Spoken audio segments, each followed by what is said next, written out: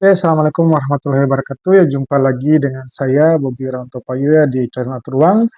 Dan kali ini saya akan kembali mengupdate uh, laporan keuangan ya dari beberapa perusahaan yang sudah dirilis untuk kuartal 1 tahun 2024 ini. Dan kali ini saya akan coba lihat yang Budi, ya saham Budi Starch and Sweetener ya. Ini merupakan saham yang produsen dari consumer goods berupa label atau merek Rose Brand dengan berbagai variasi dari tepung terigu, kemudian juga berbagai tepung-tepungan lah ya gitu. Dan saham Budi ini juga adalah saham dividen, artinya dia secara rutin dia membagi dividen. Kalau kita lihat di investing itu ya, ini adalah tren Budi gitu ya. Tren Budi selama kurang lebih uh, 8 tahun terakhir ya. Dari tahun 2017 dia rutin membagikan dividen sampai tahun 2023 ini kemarin dia sudah bagi interim sebesar Rp6 per lembar saham. Nah, kalau yieldnya sendiri itu di kisaran ya 3 sampai 5%. Ya, cukup menarik ya dibandingkan dengan kalau kita melihat beberapa saham-saham dividen yang rutin membagikan dividen di bursa efek kita gitu.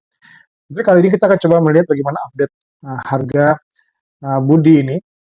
Kalau kita lihat ya, Budi ini beberapa hari itu, 3 hari itu dia sudah mulai turun. Ini turun cukup signifikan itu dari 268 kemudian ke 256 hari ini, hari Selasa tanggal 15 ya, tanggal 15 Mei gitu.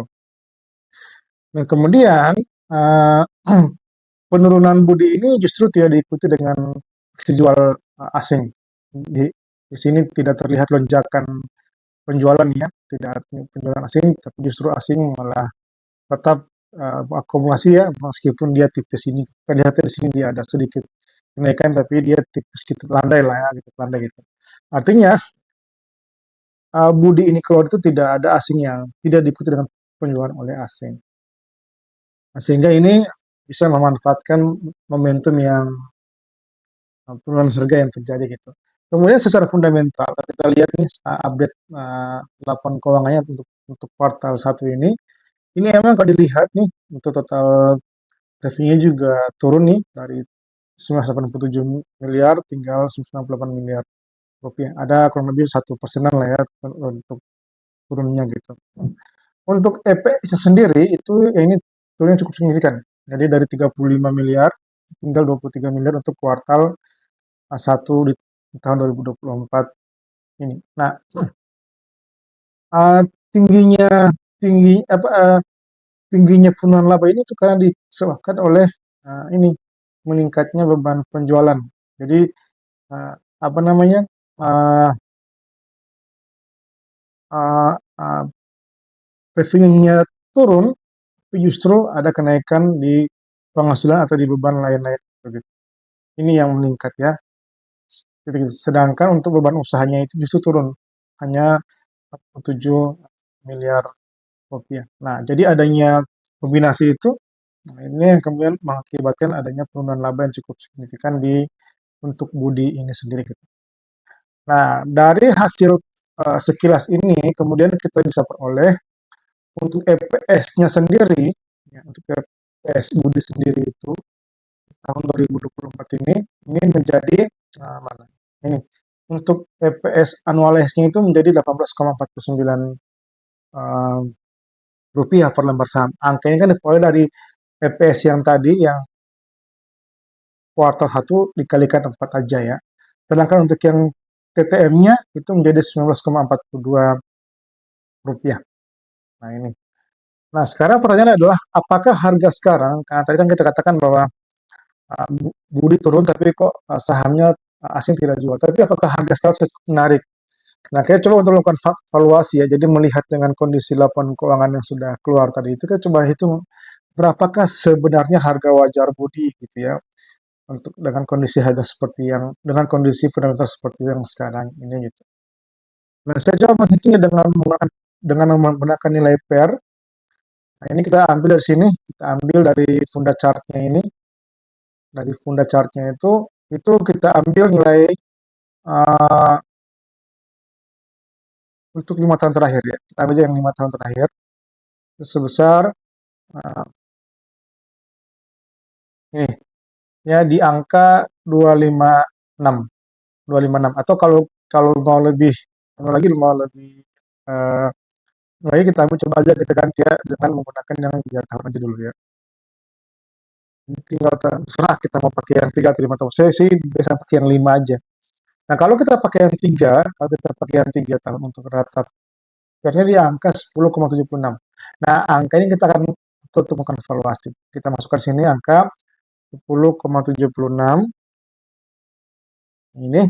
Nah, dengan nilai EPS yang tadi untuk yang eh, TTM-nya 19,42 dan yang anualisnya 0,49, itu diperoleh harga wajar Budi itu di level 208 rupiah untuk TTM, dan kalau kita menggunakan annualize-nya itu di level 198 ya. Jadi nggak terlalu jauh ya di level 200-an lah gitu. Nah, untuk harga hari ini itu di harga di 25.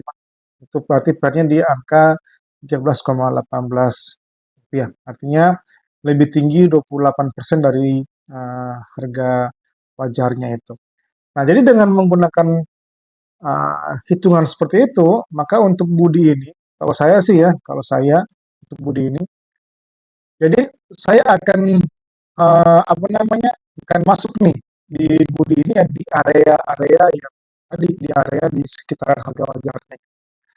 Jadi memanfaatkan momentum Budi ini yang turun ini, nah, saya coba akan belinya di sini dengan menggunakan Vibo ya. Saya akan coba masuk di level 238 di sini. Ini masuknya pertama itu untuk Budi. Jadi karena melihat kondisi fundamental Budi yang turun, ada penurunan laba di kuartal satu, kemudian asing justru tidak menjual, maka ada potensi untuk mulai memanfaatkan momentum ini, tapi saya tidak akan masuk di area yang sekarang. Saya berharap Budi ini akan kembali koreksi dan mendekati area uh, di 238. Ya, kalau sudah dia tembus, berarti kita akan mendekati di sini. Ini adalah daerah area buyingnya Budi untuk harga wajarnya.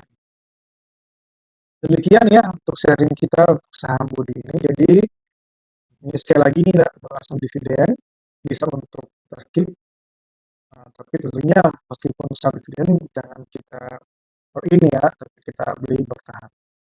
Karena untuk jadi saya lebih nyaman dengan saham seperti artinya dia kalaupun nanti kita ada hal-hal yang extraordinary gitu ya, kita nyatet gitu, saya masih bisa keluar secara bertahap itu. Oke, itu sharing saya untuk hari ini.